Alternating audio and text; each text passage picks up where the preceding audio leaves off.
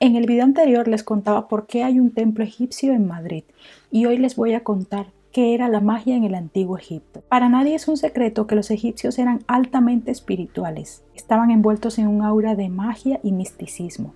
Eran alquimistas, científicos y hasta curanderos. Para Egipto era muy importante todo lo relacionado con la magia, la vida y la muerte. Desde sus inicios como civilización, los egipcios eran politeístas, creían en muchos dioses y la vida después de la muerte. Eran conocedores de las leyes universales y usaron todo ese conocimiento para prosperar como civilización. Según los griegos, la palabra mago procedía de Persia, donde se usaba para referirse vagamente a los astrólogos, sabios e intérpretes de los sueños. Pero para los griegos y los romanos, el mundo egipcio, con sus monumentales templos y sus textos llenos de embrujo y poder, siempre les pareció vinculado a la magia. Los magos egipcios fueron para ellos los magos más importantes de todo el mundo. Por lo tanto, la palabra magia para el mundo antiguo venía a significar algo así como la religión de los magos. En los textos bíblicos, la palabra mago se utiliza vinculada a los términos encantador, adivinador, hechicero, sabio,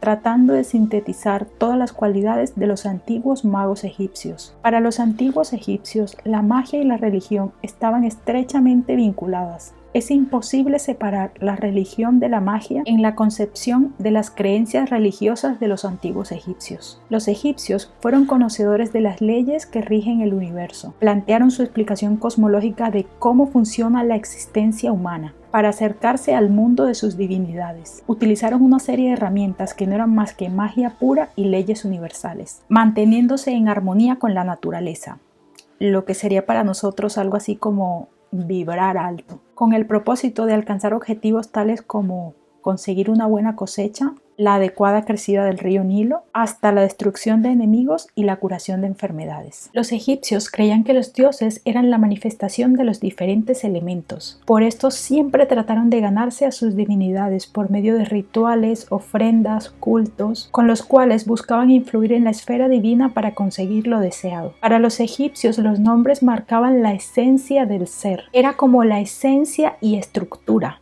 y controlarlo equivalía a dominar al ser en cuestión. Llamar a alguien por su nombre era como crearlo, haciendo nacer su personalidad individual. Pronunciar el nombre de alguien equivalía a modelar su imagen espiritual. De ahí la preocupación por preservar el nombre de los difuntos y vivos, y su pérdida equivalía a la destrucción física o desaparición de este. Hay registros de la existencia de hechizos en Egipto con los nombres para llevar a cabo encantamientos y maldiciones.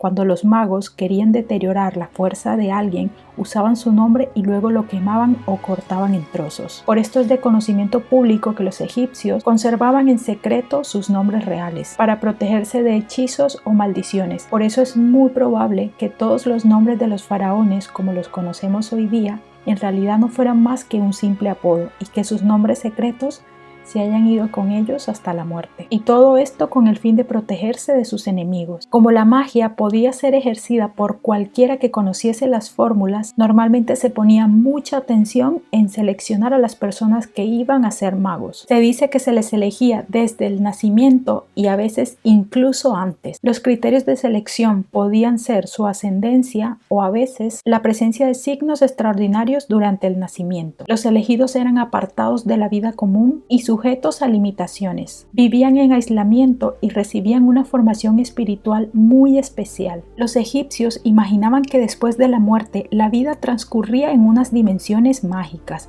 superando los peligros y eligiendo adecuadamente los caminos que la conducirían a las dimensiones de luz. Conforme a las creencias y prácticas mágicas de los egipcios, una de las finalidades del adecuado culto funerario y la exhausta preparación para la muerte era la posibilidad de ir y venir desde el mundo terrenal hasta el más allá. Los egipcios fueron una civilización totalmente avanzada para su época. Fueron pioneros en ciencias ocultas, magia, hechicería, ciencia, alquimia, arte, escritura, ingeniería y arquitectura, y todas las ciencias como las conocemos hoy día. Podemos decir que la civilización moderna, como se conoce en nuestros tiempos, es una derivación de lo que fue el antiguo Egipto. Grandes edificaciones, maquillaje, moda y hasta lo que fue su organización social. Los antiguos egipcios fueron fieles conocedores del poder místico, que en algún punto se enlazaba con la religión, pero jamás se posesionó por encima. Para ellos, la magia siempre estuvo primero, y la religión era simplemente la manera de organizar las cosas, pero por medio de la magia fue que alcanzaron su esplendor. Para los egipcios, el nombre de los diferentes seres o entidades era como una fórmula secreta que contenía la esencia de la persona o ser. Los magos egipcios eran considerados oficiales públicos que trabajaban al servicio del faraón, ayudando a mantener el orden cosmológico, mientras que el faraón era el encargado del orden terrenal. Los magos ejercían la magia en nombre del faraón,